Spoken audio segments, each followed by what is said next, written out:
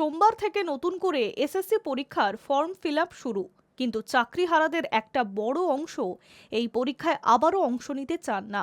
সেই প্রেক্ষিতে পরীক্ষা প্রক্রিয়া বাতিলের দাবি সহ আরও একাধিক দাবিতে সোমবার সুবোধ মল্লিক স্কোয়ার থেকে মিছিল করছেন তারা। লক্ষ্য, বিধানসভায় গিয়ে মুখ্যমন্ত্রী মমতা বন্দ্যোপাধ্যায়ের সঙ্গে দেখা করা। ধামসামাদল বাজিয়ে বিধানসভা অভিযান করছে চাকরিহারাদের একাংশ। এদিকে তাদেরই অপর একাংশ বিধানসভায় গেছেন রাজ্যের শিক্ষামন্ত্রী ব্রাত্য বসুকে চিঠি দিতে।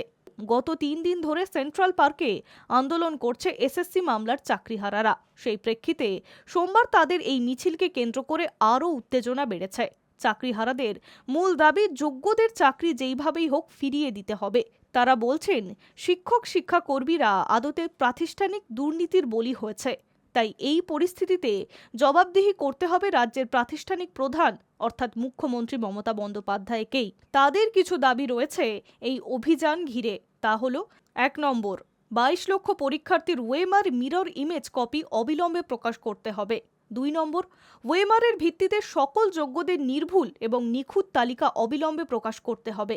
3 নম্বর, এসএসসি প্রকাশিত পরীক্ষার বেআইনি নিয়োগ নোটিশ এবং বেআইনি গেজেট অবিলম্বে প্রত্যাহার করতে হবে।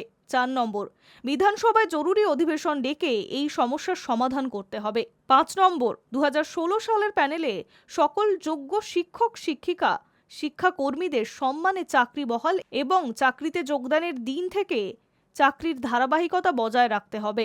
রাজ্যের মুখ্যমন্ত্রীকে সত্যের মুখোমুখি দাঁড় করানোর জন্য, কারণ চাকরি চুরি করেছে তার সরকার। 22 লক্ষ ওয়েমারের মিরর ইমেজের কপি প্রকাশ করুক।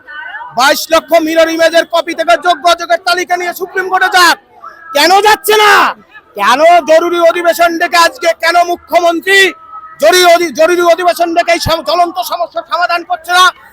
আর্টিকেল 14-16 কে ভায়োলেশন করে চাকরি খেয়েছে মুখ্যমন্ত্রীর নেতৃত্বে রাজ্য সরকার। তিনি কেন ওই বেআইনি নোটিশ এবং গেজেট প্রত্যাহার করছে না? মুখ্যমন্ত্রীকে সত্যের মুখোমুখি দাঁড় করানোর জন্য যাচ্ছে। এর আগেও শুক্রবার বিধানসভায় স্পিকার বিমান বন্দ্যোপাধ্যায়ের সঙ্গে দেখা করেন চাকরিহারা যোগ্য শিক্ষক মঞ্চের 5 জন প্রতিনিধি। এর মধ্যেই গত 13 জুন রাত 1টা থেকে 10 জন চাকরিহারারা আমরণ অনশনে বসেছে। চাকরিহারা যোগ্য শিক্ষকরা অনশনের মাঝেই 6 জন অনশনকারী অসুস্থ হয়ে পড়েছেন। তবুও তাদের এক চুলও টলানো যায়নি। মুখ্যমন্ত্রী যতক্ষণ না দেখা করছেন এবং সুপ্রিম কোর্টের রায় পুনর্বিবেচনা করা হচ্ছে, ততক্ষণ তারা অনশন চালিয়ে যাবে বলে ঠিক করেছেন। Hi news network.